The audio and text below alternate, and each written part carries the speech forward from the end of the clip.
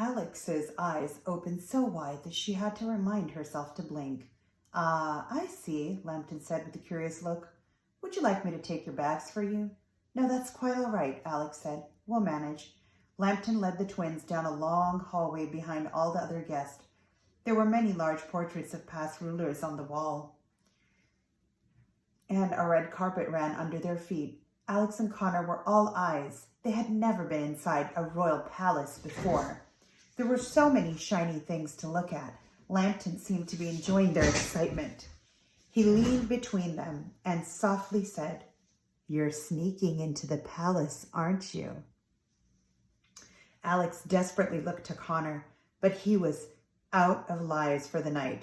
Please don't throw us in the dungeon, Alex pleaded. We didn't mean any harm. Connor looked at his sister with a raised eyebrow.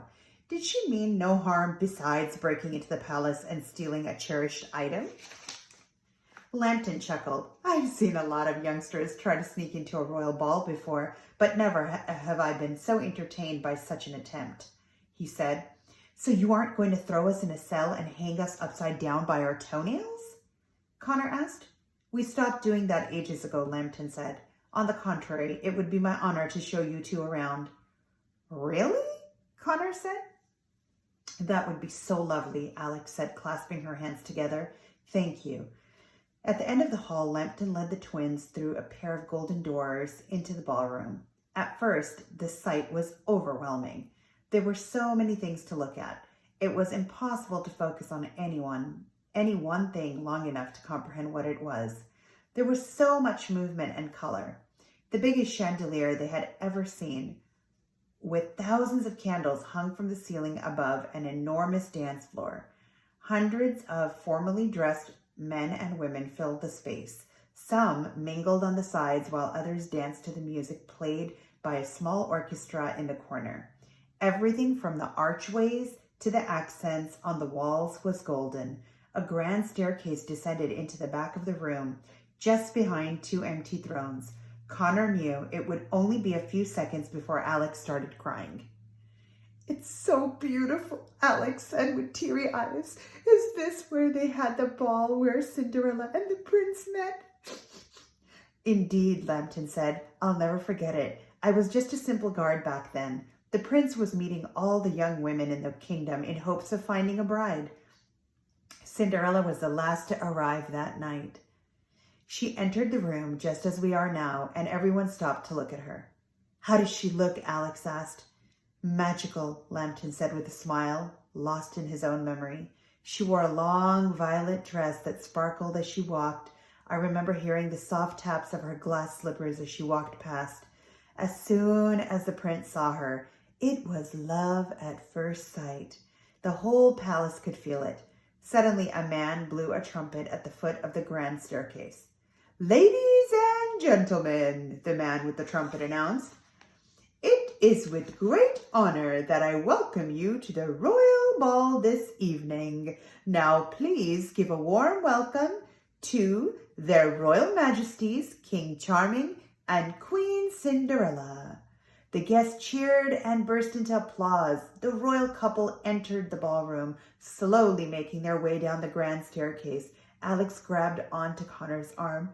Connor! Alex gasped. It's Cinderella! It's Cinderella! Although the twins had only seen illustrations of her, Cinderella was more beautiful than they had ever expected. Her hair was auburn and styled up behind a crystal tiara. She wore white gloves and a long turquoise gown flowed down around her, accentuating her pregnant belly. Despite all the gold and glorious chandelier, her eyes and smile were the brightest thing in the room. King Charming was the definition of dashing. He was every bit as handsome as any description ever written about him. He had a mesmerizing smile and thick wavy hair under a large golden crown. He could easily have been a movie star back in the twins' world. The king and queen took their seats on the thrones, and the guard with the trumpet blew the opening note of another announcement. Let the ball begin, the guard with the trumpet proclaimed, and was greeted with another round of excited applause. The majority of guests rushed to the dance floor. The orchestra began playing a fast-paced symphony. All the guests paired up and began waltzing around the room, each looking lovingly into their partner's eyes the entire time. The king and queen remained seated. You could tell Cinderella wanted to join the dance, but her pregnancy was preventing her from doing so. King Charming only had eyes for his wife. He was enjoying her watching the dance more than the actual dance itself. At one point, each of the dancing men collected a shoe from their partners and circled them with it before placing it back on their feet. A Cinderellian tribute, no doubt. Time flew by as the twins watched the ball. The unborn child Cinderella was carrying must have been kicking from all the excitement. Cinderella appeared to have some discomfort and had been rubbing her belly and shifting in her seat for some time. She eventually whispered something into King Charming's ear. King Charming took his wife's hand and carefully helped her back up the grand staircase. The guard blew his trumpet again.